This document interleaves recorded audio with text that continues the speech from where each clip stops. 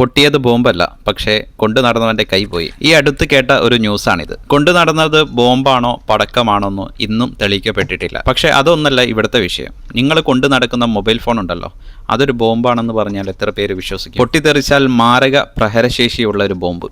ഈ ഫോണും അങ്ങനെ ഒരു ബോംബായി മാറേണ്ടതായിരുന്നു. ദൈവത്തിന്റെ കാവൽ അല്ലെങ്കിൽ അയാളുടെ ഭാഗ്യം, എന്തു വേണമെങ്കിലും പറയാം.